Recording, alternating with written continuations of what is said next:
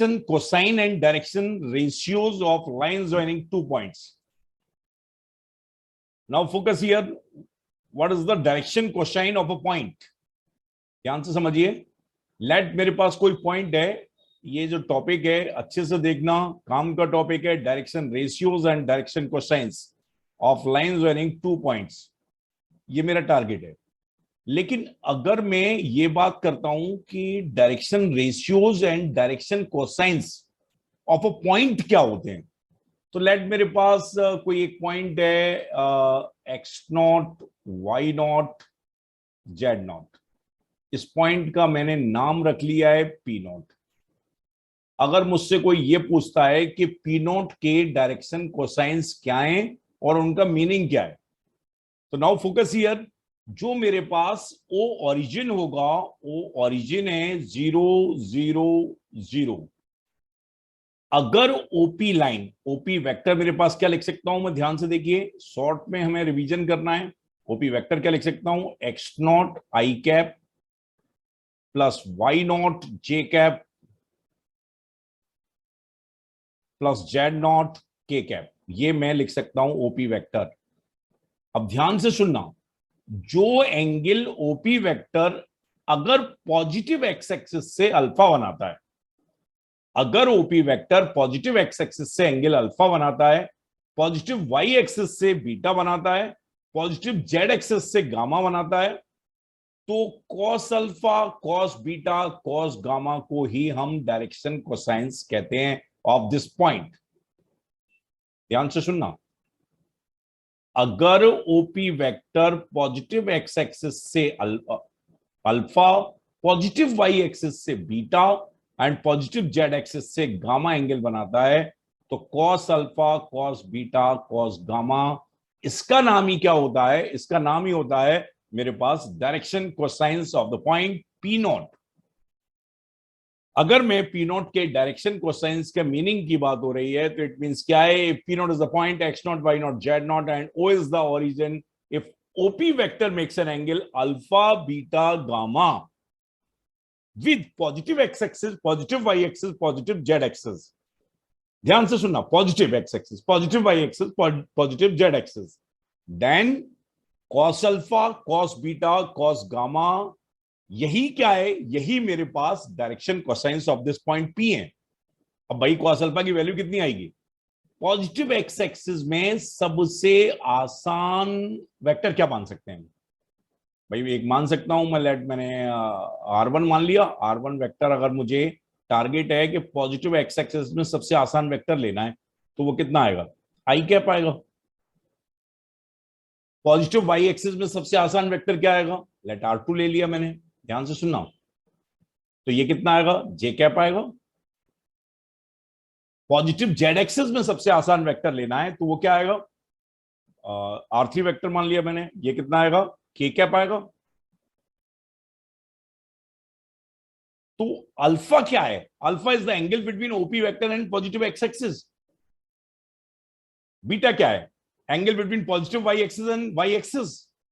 Gamma क्या है, angle between positive z axis and OP vector. Like it means alpha is the angle between OP vector and R1 vector. Alpha is the angle between OP vector and R1 vector. तो now focus here, अगर मैं cos alpha को निकालना चाहूं तो dot product से निकाल सकते हैं, ओपी डॉट. ध्यान से सुनना, R1 एक ही में निकाल पाऊंगा, R1 वेक्टर ये कितना आएगा, मॉड ऑफ ओपी.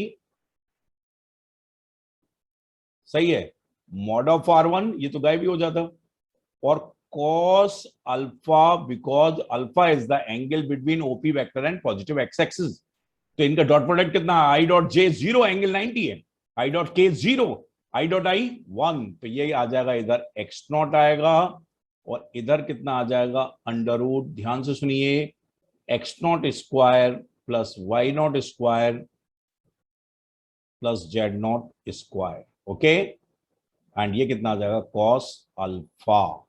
तो cos अल्फा की जो मेरे पास वैल्यू आई, cos अल्फा की क्या वैल्यू आई, cos अल्फा मेरे पास कितना आ गया, cos अल्फा क्या वैल्यू आ गया, x0 upon under root x not square plus why not square plus Z not square.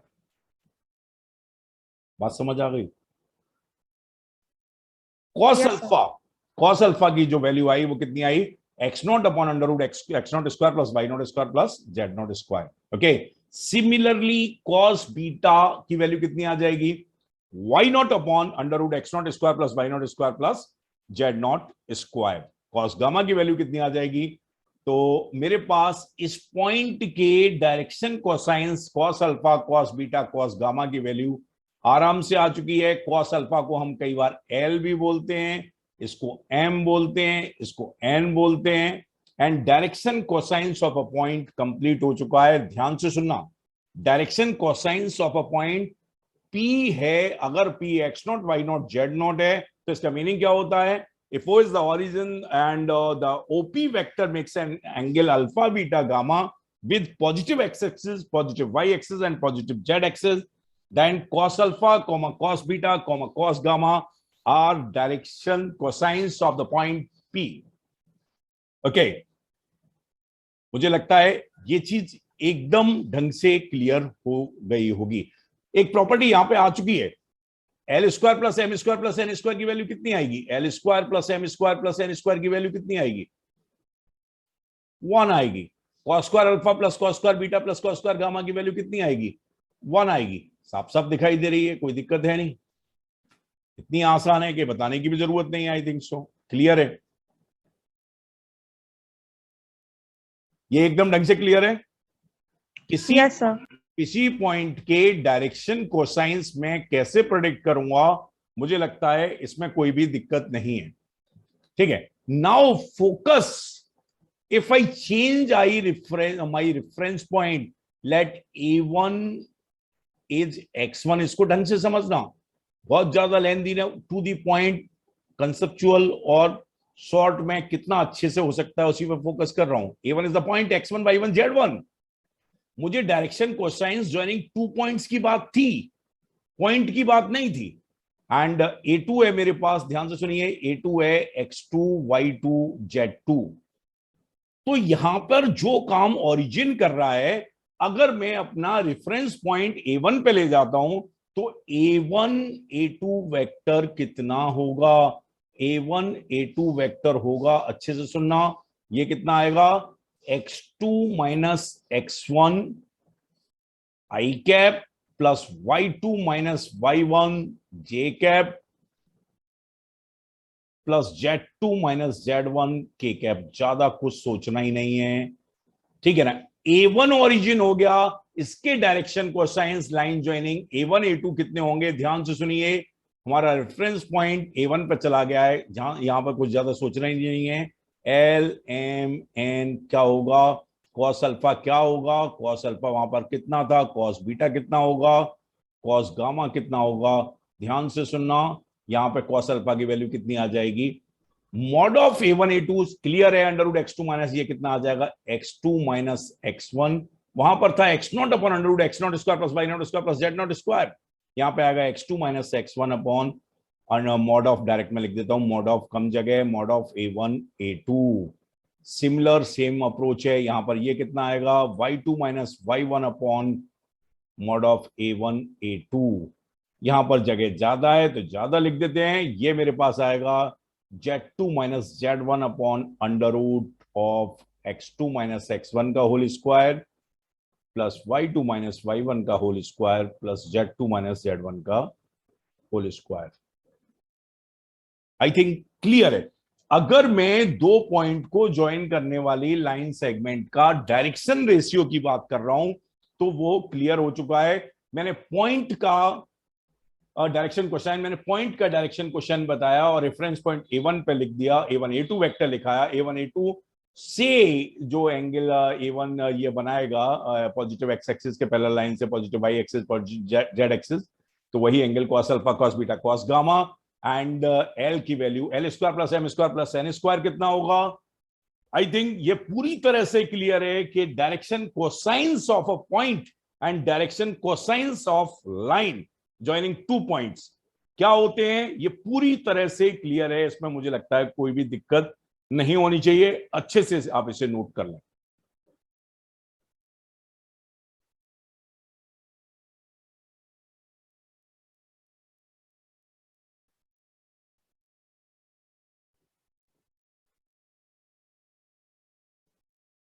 Direction ratios लिखें, one of the ratios of direction cosines.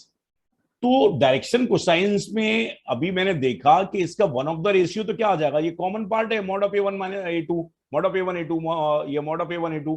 तो वन ऑफ द रेशियो क्या आ जाएगा इसका, one of the ratio तो x2 minus x1, y2 minus y1, z2 minus z1 आ जाएगा। x2 minus x1, y2 minus y1, z2 minus z1 one of the ratio आ जाएगा। तो इसका मतलब A1 A2 लाइन का one of the direction ratios क्या आ जाएंगे, x2 minus x1, y2 minus y1, z2 minus z1। ठीक है ना, ध्यान रखना ये वन ऑफ द रेशियो है, और भी हो सकते हैं, 2 का मल्टीप्लाई कर दो, 1/2 का मल्टीप्लाई कर दो, 1/3 का मल्टीप्लाई कर दो, 4 का मल्टीप्लाई कर दो, -2 का मल्टीप्लाई कर दो। These are one of the direction ratios of A1 A2 line. Clear? Yes sir. Now focus here. अब कंक्लूजन यहां पे मेरे को क्या आना चाहिए कि लेट, अगर मुझे कोई ये दिया है कि A1 A2 A3 क्या है, are DRs of line, DRs of line. इससे क्या कंक्लूजन समझ में आना चाहिए, ध्यान से सुनिए। इससे समझ में आना चाहिए कि पहली बात तो यह है कि वन ऑफ द डीआरस होंगे, वन ऑफ द डीआरस होंगे, सिंपलेस्ट रेशियो नहीं होता है, वन ऑफ द रेशियो डीआरस होता है। तो इसको देख के मैं ये कंक्लूजन निकालना चाहिए मुझे कि अगर मुझे लाइन के पैरेलल वेक्टर लिखना हो, तो अगर मैं ये वेक्टर लिख दूंगा, A vector equals to A1i plus A2j plus A3k is vector parallel to line. अगर ध्यान से सुनो, ये बहुत काम की बात है, ये सबसे ज्यादा काम की बात है। अगर मुझे ये दिया है कि A1 A2 A3 are one of the are DRs of a line, इसका मतलब क्या होगा, A1i plus A2j plus A3k is the vector that is parallel to line, parallel to line, this vector is parallel to line। बात समझ आ गई? और अगर मुझे ये दिया है कि this vector is parallel to line, it means one of the drs parallel to line are A1 A2 A3। बात समझ आई? ध्यान से सुनिए, ये बहुत काम की बात है। अगर मुझे ये दिया है कि A1 A2 A3 are DRs of a line, इसका मतलब क्या है, लाइन के पैरेलल वेक्टर में तुरंत ही लिख सकता हूं, जो कि क्या होगा, A1i plus A2j plus A3k। और मुझे कभी ये दिया है कि A1i plus A2j plus A3k is the vector that is parallel to line, it means मैं तुरंत ही ये बता सकता हूं कि A1 A2 A3 are one of the DRs of a line. Clear हुआ ये? Yes sir. Very good. तो नाउ ये मेरा टॉपिक कंप्लीट हो गया। ध्यान से सुनना, direction cosine and ratio of a line joining two points, ये एक आपका पार्ट है। तो ध्यान से सुनिए कि ए मेरे पास x1 y1 z1 है, बी x2 y2 z2 है। तो one of the DRs of this line are x2 minus x1, y2 minus y1, z2 minus z1। Direction cosines of this line क्या है, direction cosine of this line x2 minus x1 upon mod of A1 A2, mod of y2 minus y1 upon mod of A1 A2, z2 minus z1 upon mod of A1 A2।